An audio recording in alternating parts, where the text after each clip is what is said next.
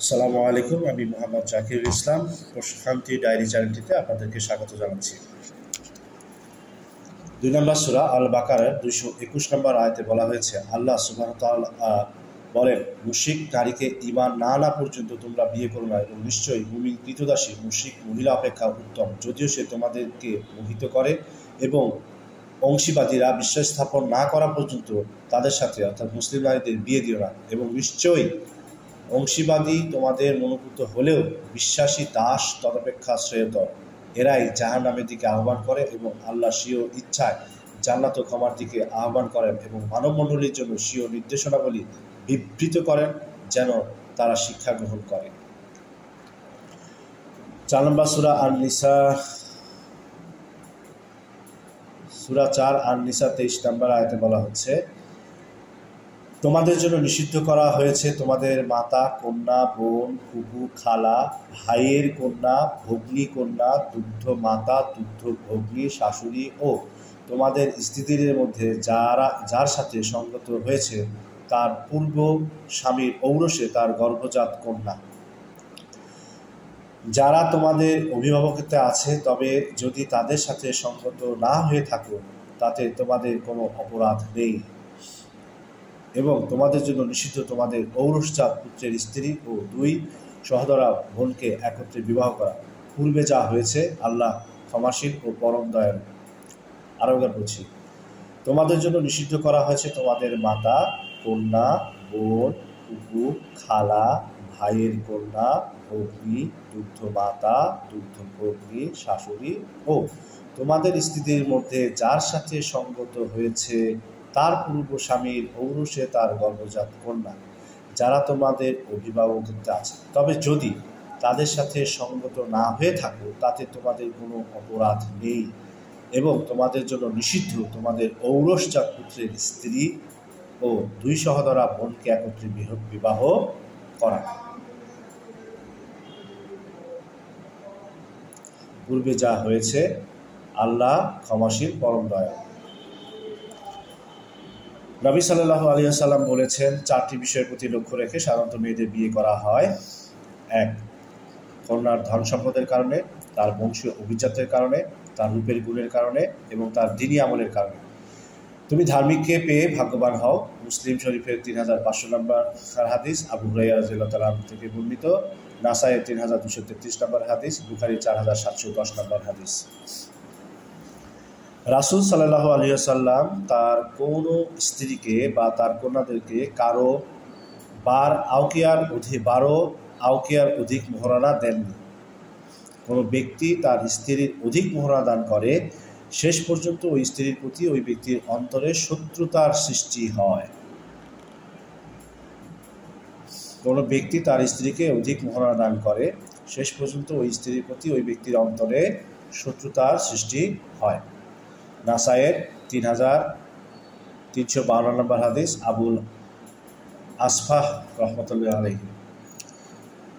এক ব্যক্তি এক আনসারী মহিলাকে বিয়ের প্রস্তাব দিল। রাসূলুল্লাহ সাল্লাল্লাহু আলাইহি সাল্লামকে তাকে বললেন, তুমি কি তাকে দেখেছো? সে বলল, না। এরপর তিনি তাকে দেখার আদেশ করলেন। নাসাই 3237 নম্বর হাদিস, আবু হুরায়রা রাদিয়াল্লাহু আনহু থেকে বর্ণিত। মুহাম্মদ সাল্লাল্লাহু আলাইহি সাল্লাম বলেছেন, বিয়ে করা আমার সুন্নাত, যে আমার সুন্নত অনুসরণ করল না সে আমার দলভুক্ত নয়।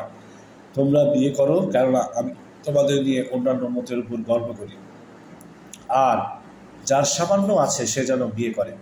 ইবনে মাজাহ 1846 নম্বর হাদিস, আয়েশা রাদিয়াল্লাহু আনহা বর্ণনা করেছেন। একজন মুসলিমের দাম্পত্য জীবনের সূচনা হয় বৈবাহিক বন্ধনে। বিবাহের পূর্বে পাত্রপাত্রী নির্বাচন জীবনের জন্য একটা গুরুত্বপূর্ণ বিষয়, যা ভুল হলে সংসার জীবন হয়ে ওঠে বিষাদময়। বিবাহের পূর্বে ইয়াহুদের প্রধান বিবেচ্য হলো অর্থ, খ্রিস্টানদের প্রধান বিবেচ্য হলো সৌন্দর্য, হিন্দুদের প্রধান বিবেচ্য হলো বংশ, আর মুসলিমদের প্রধান বিবেচ্য হচ্ছে তাকওয়া বা আল্লাহর ভীতি। বিবাহের ক্ষেত্রে সমতা রক্ষা করা উচিত, যাকে বলা হয় কুফু। পাত্রপাত্রী নির্বাচনের পর দ্বিতীয় যে বিষয়টি প্রাধান্য পাবে তা হলো মোহরানা। সামর্থ্য অনুযায়ী পাত্রপাত্রীকে মোহরানা নগদে প্রদান করবে, বাকিতে নয়। দায়েন বা দেন মোহরানা নয়।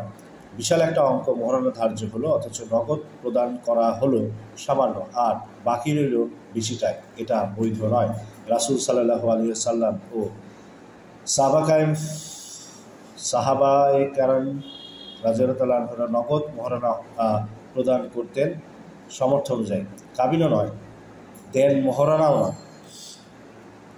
অথচ আজকের সমাজে এটা একটা অনৈতিক ব্যাধিরূপে প্রচলিত। মহারণা হলো স্ত্রীর ইজ্জত অধিকারের পবিত্র সনদ এবং স্ত্রীর হককে না হক বঞ্চিত করলে তার সাথে সহবাস বৈধ নয় এবং এর পরিণতিও সুখকর নয়। সমাজে এই গুরুত্বপূর্ণ অবহেলিত বিষয়টিকে বিবেচনায় আনতে হবে অত্যন্ত গুরুত্বপূর্ণ মনে, কেননা অধিকাংশ বাকি মহারণার তলে নগদ আদায়ের অসংখ্য সংখ্যা নগণ্য।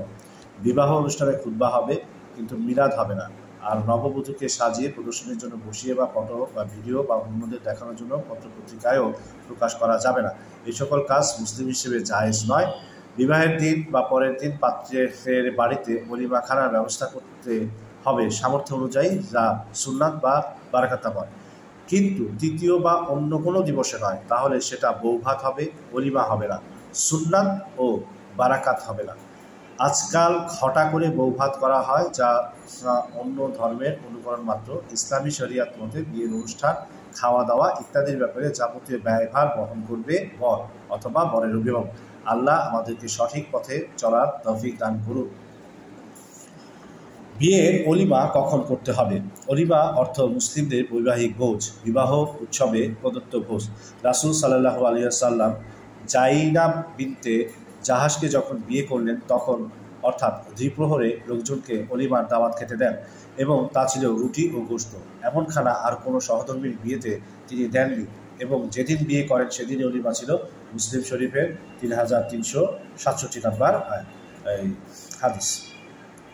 নবী সাল্লাল্লাহু আলাইহি ওয়াসাল্লাম সহধর্মিণী সাউদাহ বিনতে হুয়াইবিদ আক্তাব এর বেলায় বিয়ের পরের দিন অলিমার খানা খেতে দাওয়াত দিয়েছিলেন। বুখারী 3883 নম্বর হাদিস। সবচেয়ে মন্দ খাবার হলো ওই অলিমার খাবার যেখানে শুধু ধনীদের দাওয়াত দেওয়া হয় এবং গরিবদের উপেক্ষা করা হয়, আর যে ব্যক্তি দাওয়াত গ্রহণ করে না সে আল্লাহ ও রাসূল সাল্লাল্লাহু আলাইহি ওয়াসাল্লামের অবাধ্যতা করে। ইবনে মাজাহ 1913 নম্বর হাদিস। আবু হুরায়রা রাদিয়াল্লাহু আনহু থেকে বর্ণিত। আমাদের দেশে এক ভিন্ন রেওয়াজ প্রচলিত। বিয়ে হয়ে গেলে তারপর সুযোগ সুবিধা মতো খানা পিনার ব্যবস্থা হয়, কিন্তু এই ধরনের লোক দেখানো খানা খেতে নবী সাল্লাল্লাহু আলাইহি সাল্লাম নিষেধ করেছেন। তিরমিজি 1097 নম্বর হাদিস। বস্তুত মুসলিমের কোনো ইবাদত যথা সালাত, সিয়াম, হাজ, জাকাত, দান খায়রাত কিংবা জিহাদ যা কিছুই হোক না কেন, লোক দেখানো কিংবা প্রদর্শনী ও নাম কেনার জন্য হলে তাতে কোনো সওয়াব নেই, বরং পাপ ও আযাব রয়েছে। অথচ যদি অলিমা খানা ধনী দরিদ্র সকলকে নিয়ে নবী সাল্লাল্লাহু আলাইহি সাল্লামের অনুষ্ঠিত নিয়মে করা যায়, তাহলে প্রভূত কল্যাণ ও সওয়াব পাওয়া যাবে। আমাদের চ্যানেলটি অবশ্যই সাবস্ক্রাইব করে রাখবেন যাতে করে পরবর্তী ভিডিওটি আপনারা দেখতে পারেন। সে পর্যন্ত ভালো থাকবেন। আল্লাহ হাফেজ। আসসালামু আলাইকুম।